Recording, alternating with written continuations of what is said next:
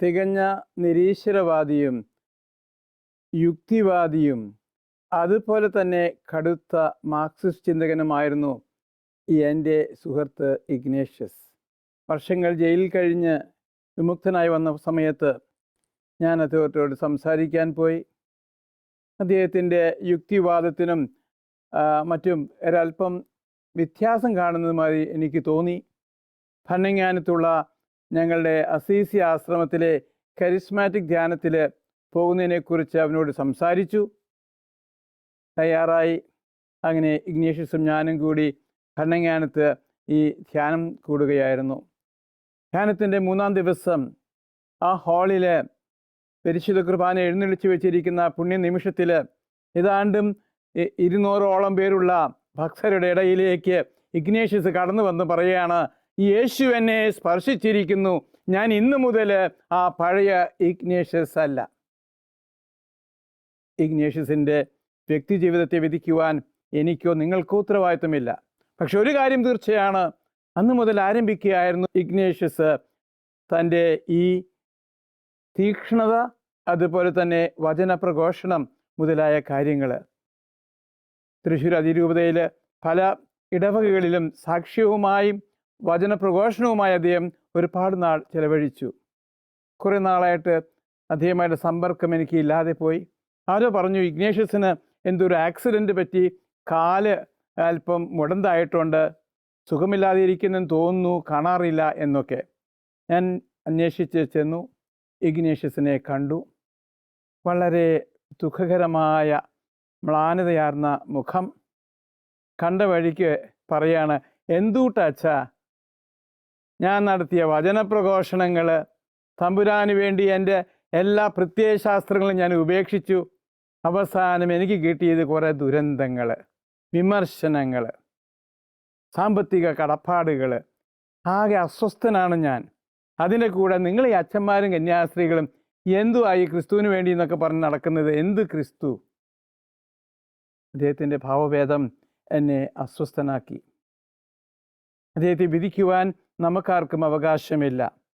മാനസാന്തരത്തിൻ്റെ ചുവരുകൾ നിർത്തി പിടിച്ചുകൊണ്ട് ആരംഭിച്ച ജീവിതം ഇന്നിതാ ആ ചുരുളുകളെല്ലാം അടച്ചു വെച്ച് തൻ്റെ ജീവിതത്തിൻ്റെ ഒരു കോണിലേക്ക് അതിനെ ചുക്കിച്ചുളിഞ്ഞ് വലിച്ചിട്ടിരിക്കുക.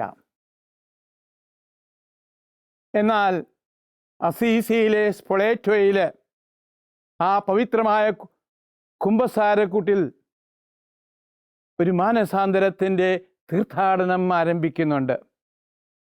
അസീസിയിലെ ഫ്രാൻസിസ് പരാജയബോധവുമൊക്കെ ആയിട്ട് നഷ്ടചിത്തനായിട്ട് സ്പൊളേറ്റോ താഴ്വരയിൽ വിശ്രമിക്കുകയായിരുന്നു. അവിടെ ഉയർന്ന ആ ചോദ്യം, ഫ്രാൻസിസ് യജമാനിയാണോ വൃദ്ധനെയാണോ സേവിക്കുന്നത്? ഏതാണ് ഉത്തമം? ഫ്രാൻസിസ് തീർച്ചയായിട്ടും യജമാനെ തേടിയുള്ള അവൻ്റെ ആ പ്രയാണം അവിടെ ആരംഭിക്കുകയാണ്.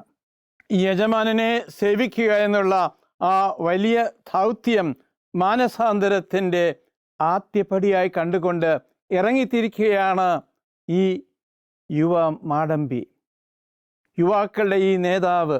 തനിക്കൊന്ന് വ്യക്തമായി, മാനസാന്തരത്തിൻ്റെ വഴികൾ ആരംഭിക്കേണ്ടത് അപരനിലേക്കും തമ്പുരാനയിലേക്കുമുള്ള ഒരു തീർത്ഥാടനത്തിൽ കൂടി തന്നെയാണെന്ന്. അങ്ങനെ ഫ്രാൻസിസ് ചെന്നെത്തുക സാന്തമിയാനോയിലെ കുരിശിൻ ചുവട്ടിലാണ്.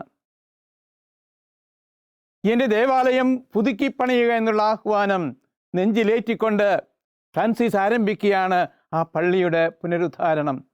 അവിടെ വെച്ച് മറ്റൊരു തിരിച്ചറിവുണ്ടാകുന്നു. ഫ്രാൻസിസ് ചിന്തിക്കുകയാണ്, സഭയാകുന്ന ദേവാലയത്തെ പുനരുദ്ധരിക്കുവാനാണോ? ഫ്യൂഡലിസത്തിൻ്റെ പിടിയിൽ അമർന്ന സഭയ്ക്ക് ഒരു സിംബോളിക് പ്രൊട്ടസ്റ്റ്, പ്രതീകാത്മകമായ ഒരു പ്രതിഷേധവുമായി ദാരിദ്ര്യത്തെ പുലുകിക്കൊണ്ട് സഭയുടെ ആഡംബര ഭ്രമത്തിനെതിരായിട്ടുള്ള പ്രയാണം അവിടെ ആരംഭിക്കുകയാണ്. തീർന്നില്ല. ഫ്രാൻസിസിന് മറ്റൊരു തിരിച്ചറിവുണ്ടാകുന്നു. ഞാൻ പുനരുദ്ധരിക്കേണ്ടത് മറ്റുള്ളവരെയും സഭയെയും എന്നതിനേക്കാൾ ഉപരിയായിട്ട് എൻ്റെ തന്നെ ജീവിതത്തെയാണ്. സ്വാർത്ഥയുടെ മാളങ്ങളിൽ അന്തിയുറങ്ങിയിരുന്ന എനിക്ക് മാറ്റങ്ങൾ ആവശ്യമാണെന്ന് തിരിച്ചറിയുന്നു.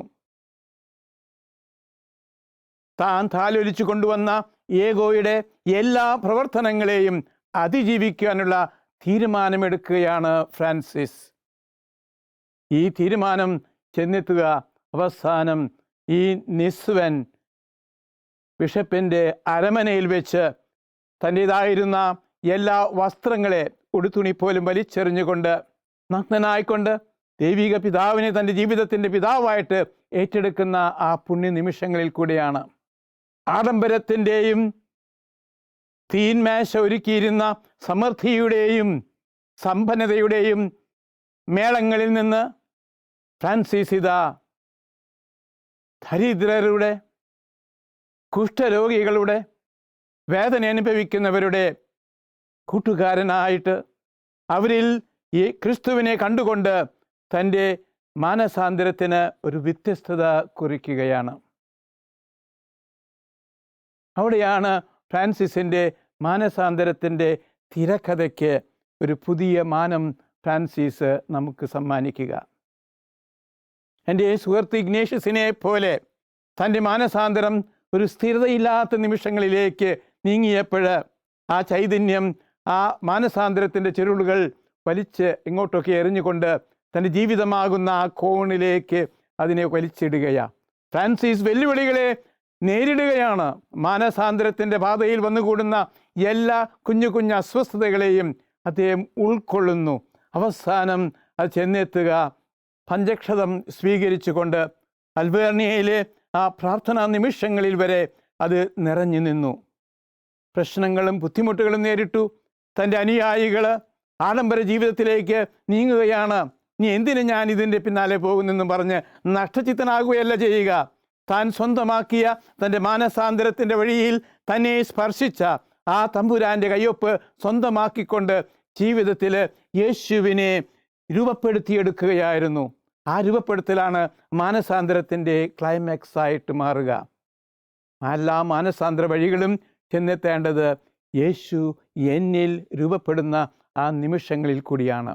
ഫ്രാൻസിസ് പുണ്യവാളൻ്റെ തിരുനാളിന് ഒരുക്കമായിട്ടുള്ള നൊവേനകൾ ആരംഭിക്കുന്ന ഈ ദിവസങ്ങളിൽ ഫ്രാൻസിസ് ഒരുക്കി തന്ന മാനസാന്തര ചിന്തകൾ തീർച്ചയായിട്ടും നമ്മുടെ ജീവിത വഴികളിൽ പാഥേയമായി തീരട്ടെ.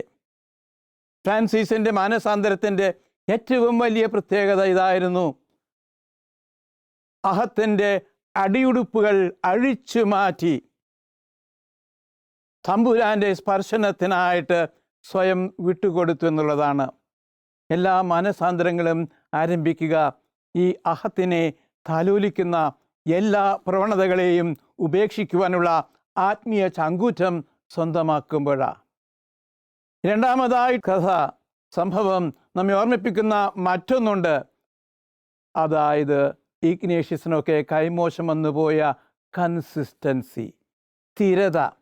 എന്നെ തമ്പുരാൻ സ്പർശിച്ചപ്പോൾ ആ സ്പർശനത്തിൻ്റെ ആഴം എൻ്റെ ജീവിതത്തിൽ നിരന്തരം ഉൾക്കൊണ്ടുകൊണ്ട് മുന്നോട്ട് നീങ്ങുവാൻ എനിക്കാകുന്നുണ്ടോ?